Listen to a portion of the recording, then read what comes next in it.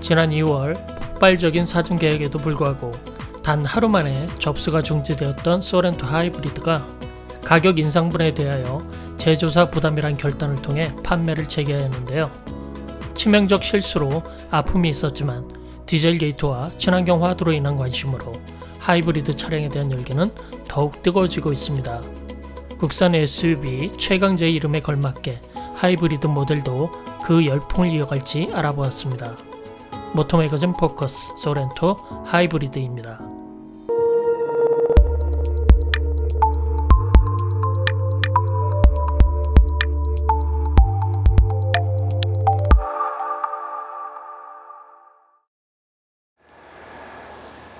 안녕하세요. 모터매거진 하리보 유일한 기자입니다. 오늘 소개해드릴 모델은 기아 소렌토의 하이브리드 모델입니다. 디젤 모델에 대한 리뷰는 모터매거진의 전 컨텐츠를 참고해 주시고요. 오늘은 소렌토 하이브리드의 특징 그리고 왜 하이브리드를 선택해야 되는가 그거에 대해서 간단히 알려드리도록 하겠습니다. 구독과 좋아요, 알림 설정 부탁드립니다. 지금도 현재 진행형이지만 얼마 전까지만 해도 디젤 게이트로 상당히 시끄러웠죠. 디젤 게이트는 그동안 정체되어 있던 하이브리드 모델에 대한 인식을 완전히 바꿔놓았습니다.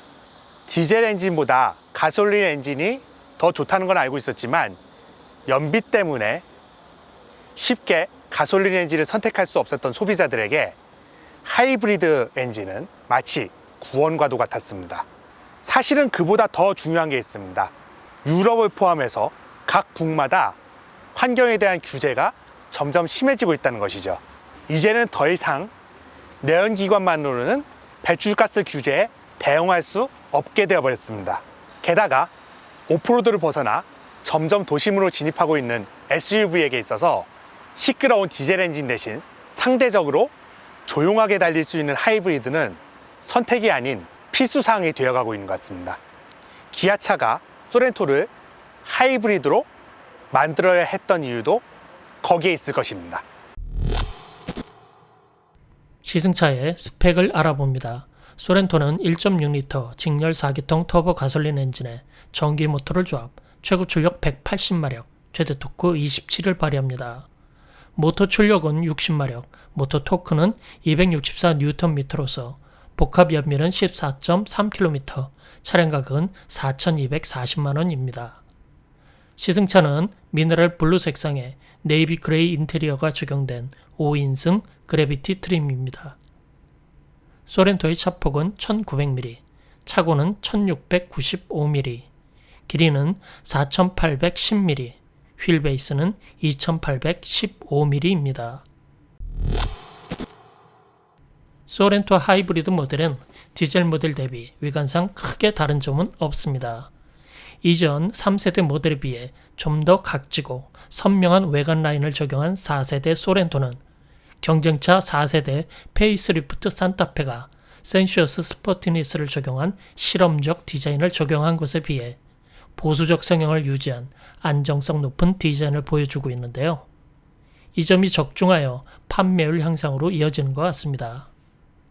기아의 상징인 타이거 페이스 그릴과 라인 내부로 일체화된 프로젝션 LED 헤드램프가 새로운 4세대 소렌토의 와이드한 전면부 인성을 완성하고 있으며 측면에 하이브리드 전용으로 디자인된 19인치 휠 타이어와 펜더, C필러의 크롬 가니쉬가 포인트입니다.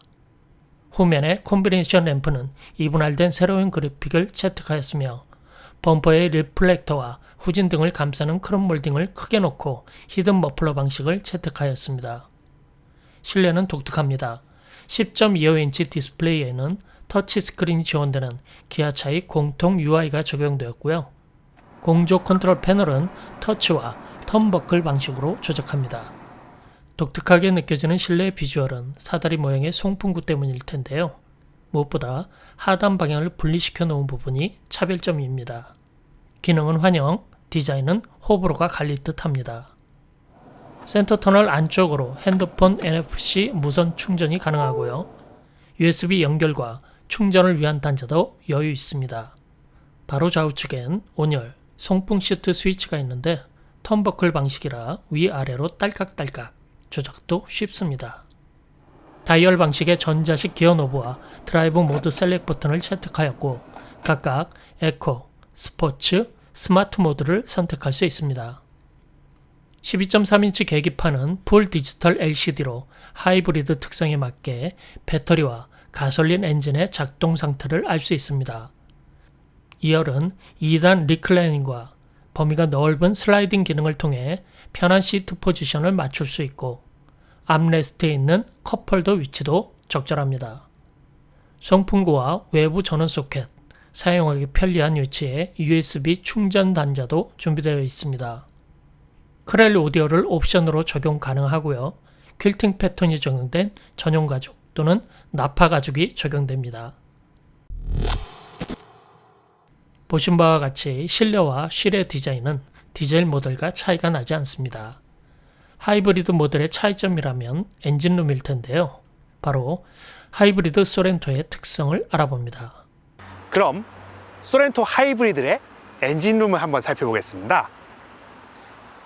하이브리드라고 쓰여있기 때문에 마치 새 엔진처럼 보이지만 사실은 소나타 센슈어스에도 탑재된 1.6L 터보차저 가솔린 엔진입니다. 여기에 전기 모터를 조합하고 있고요.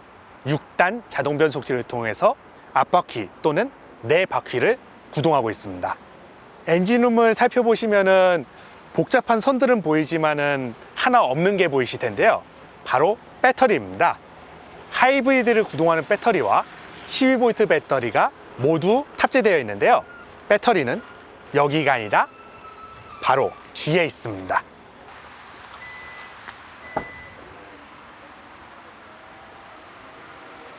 하이브리드 모델치고는 트렁크가 굉장히 넓다고 생각하실 텐데요. 이게 가능한 것이 3세대 플랫폼 덕분입니다. 하이브리드 전용 배터리는 바로 뒷좌석 아래에 위치하고요. 그래서 트렁크 공간이 전혀 희생당하지 않습니다. 그리고 12V 배터리는 무게 배분을 위해서 이쪽에 있습니다. 이렇게 말이죠. 2열과 트렁크 공간을 실측한 룰러스 룰스입니다.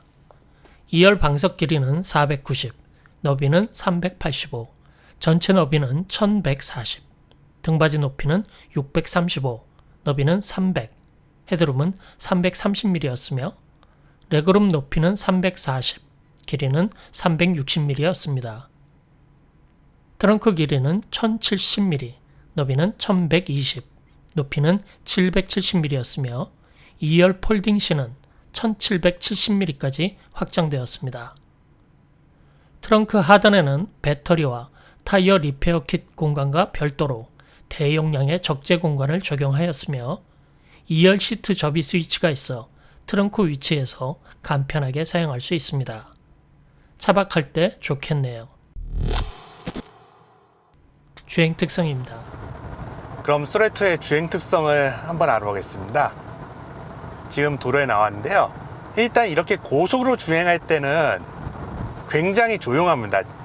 지금은 배터리가 충분히 충전이 되었기 때문에 전기 모드로 주행을 하고 있지만은 아까까지만 해도 엔진과 같이 주행을 하고 있었거든요. 그러니까 엔진을 같이 쓰고 있었습니다. 그럼에도 불구하고 소음은 그렇게 크게 느껴지지 않습니다. 도심에서 50km 이하로 주행할 때 엔진에 시동이 걸리면 그거는 확실히 느껴집니다.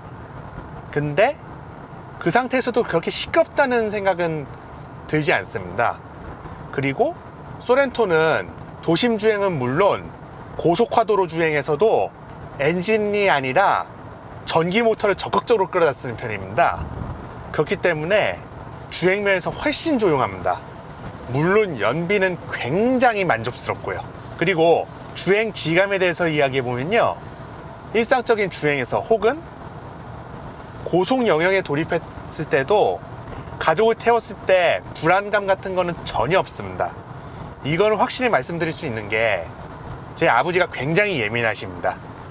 편한 차 아니면은 절대로 안 타시겠다고 하실 정도로 예민하신데 소렌토 뒷좌석에서 편안하게 잠을 주무셨습니다. 그것도 고속도로를 주행하고 있는데 말이죠. 예, 그냥 이걸로 설명을 끝내도록 하겠습니다.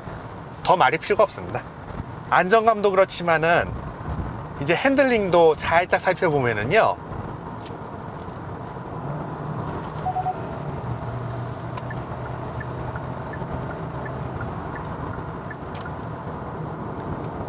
이렇게 급격하게 차선을 바꿔도 살짝 흔들릴 뿐이지 불안한 거는 없습니다.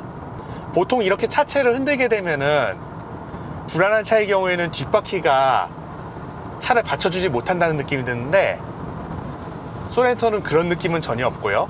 적어도 가족끼리 편안하게 타기에는 이보다 좋은 차가 없다, 그렇게 생각이 됩니다. 게다가 엔진을 안 쓴다는 게 얼마나 편안한지 진동이 없다는 점에서 굉장히 좋다고 생각이 듭니다. 지금까지 주행 성능까지 한번 알아봤는데요. 만약 막강한 주행 성능이 필요가 없다면, 굳이 오프로드를 자주 다니시지 않으신다면 소렌토 디젤보다는 하이브리드가 좀 더 좋은 선택이 될 것이라고 확신합니다. 조용하면서 연비도 절약할 수 있고요. 만약 하이브리드가 아니라 충전을 할 수 있는 플러그인 하이브리드 모델이 나온다면 그때 소렌토의 평가는 또 달라질지도 모르겠습니다. 지금까지 모터매거진 유일한 기자였습니다. 감사합니다.